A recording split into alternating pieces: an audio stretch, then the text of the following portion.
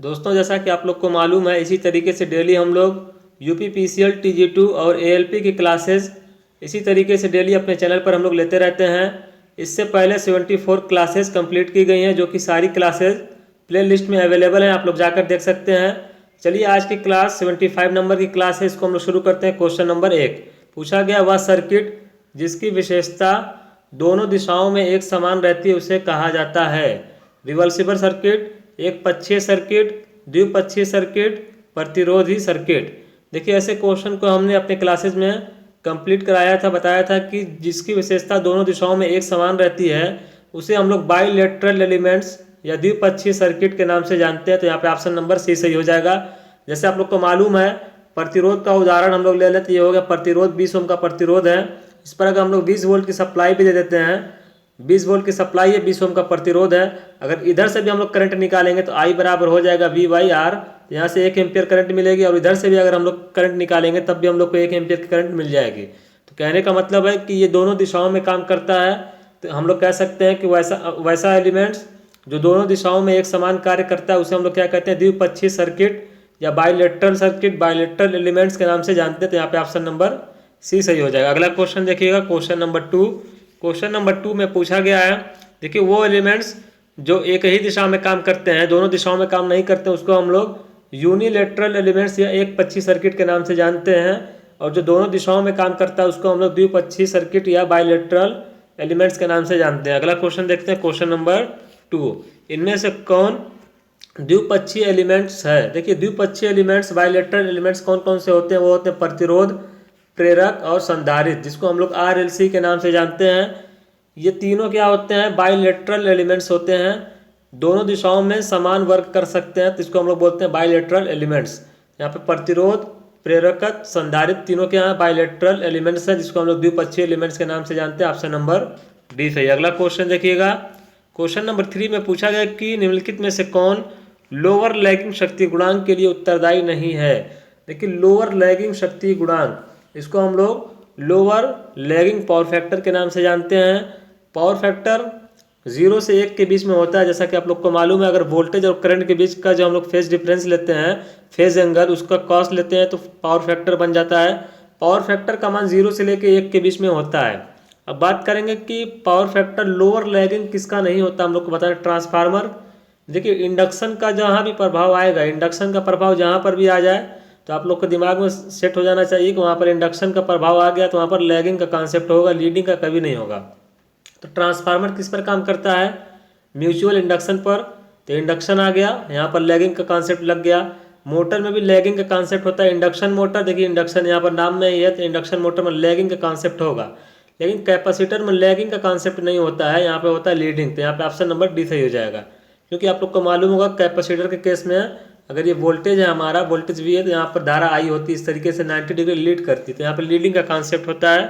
Option number D सही। अगला question देख लीजिएगा, क्वेश्चन नंबर 4 में पूछा गया कि एक अल्टरनेटर को अधिक उत्तेजित कहा जाता है जब वह, देखिए, अल्टरनेटर जिसको हम लोग सिंक्रोनस जनरेटर के नाम से जानते हैं।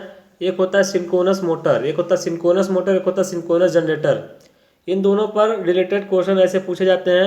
देखिए, एक होता है अंडर एक्साइटेड, एक होता है over excited. Under excited, over excited, normally excited, ये 3 कंडीशन होती है। इसमें भी होती है ओवर एक्साइटेड, अंडर एक्साइटेड और नॉर्मल एक्साइटेड।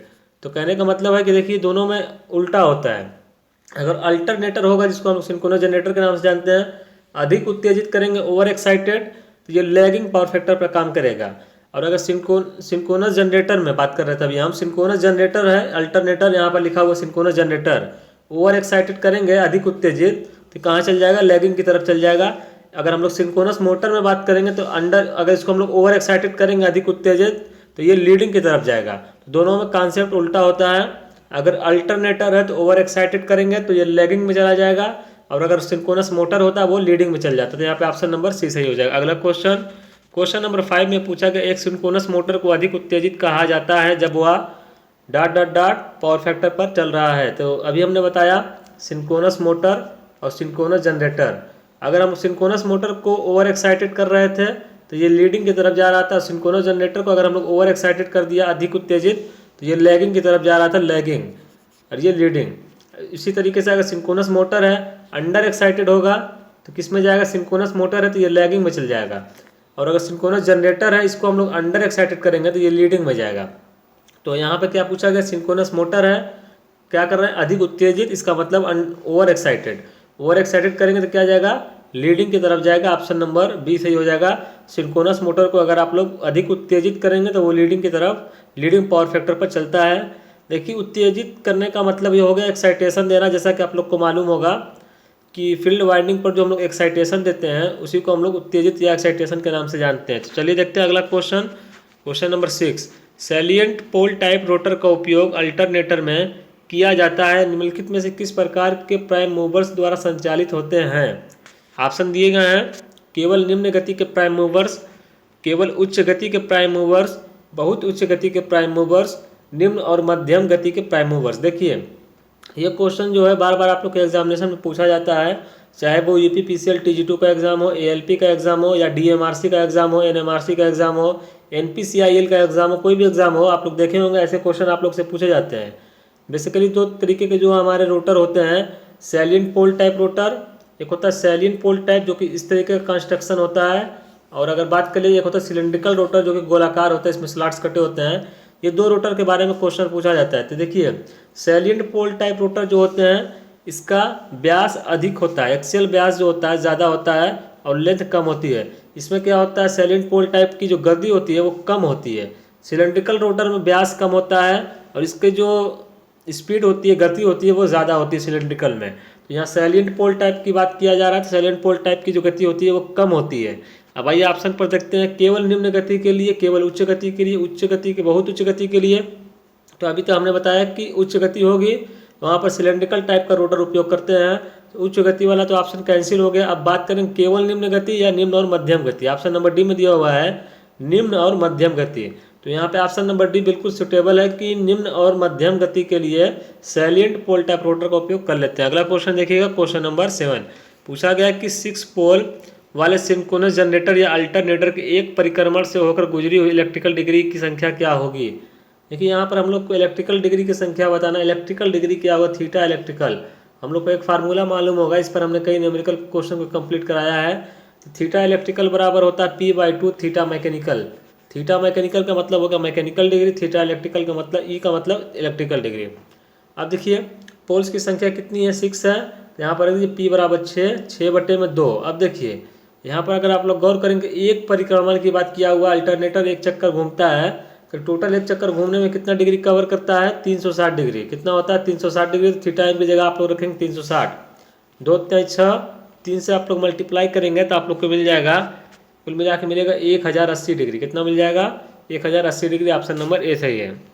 अगला क्वेश्चन, क्वेश्चन नंबर 8, निम्नलिखित में से किसका उपयोग करके एसी आवृत्ति को मापा जाता है। देखिए एसी की फ्रिक्वेंसी किसका उपयोग करके मेजर किया जा सकता है, आमीटर। आमीटर तो आप लोग जानते हैं कि एक करंट को मापता है, जिसको हम लोग सीरीज में लगाते हैं। वोल्टमीटर, वोल्टमीटर का कनेक्शन पैरेलल में करते हैं, जिससे हम लोग वोल्टेज मापते हैं।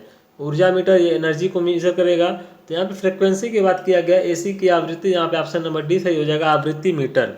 इसके नाम में भी आवृत्ति है, इसको हम लोग आवृत्ति मीटर या फ्रिक्वेंसी मीटर के नाम से जानते हैं, जो क्या करता है, फ्रिक्वेंसी को, एसी की फ्रिक्वेंसी को मेजर कर लेता है। अगला question, question number 9। Question number 9 में पूछा गया निम्नलिखित में से कौन सा आवृत्ति मीटर का एक प्रकार है। देखिए व्हीटस्टोन ब्रिज क्या करता है, आप लोग को मालूम होगा, ये मीडियम रेजिस्टेंस को मेजर करता है, तो इससे फ्रिक्वेंसी से कोई मतलब नहीं है। Trivector meter, power factor meter, option number D में दिया हुआ इलेक्ट्रोडायनेमिक फ्रिक्वेंसी मीटर। तो यहाँ पर भी अगर आप लोग क्वेश्चन में गौर करेंगे, कभी कभी एग्जामिनेशन में कुछ क्वेश्चन इस तरीके के आते हैं जो ऑप्शन से भी पकड़ में आ जाते हैं कि इसका आंसर यही होने वाला है।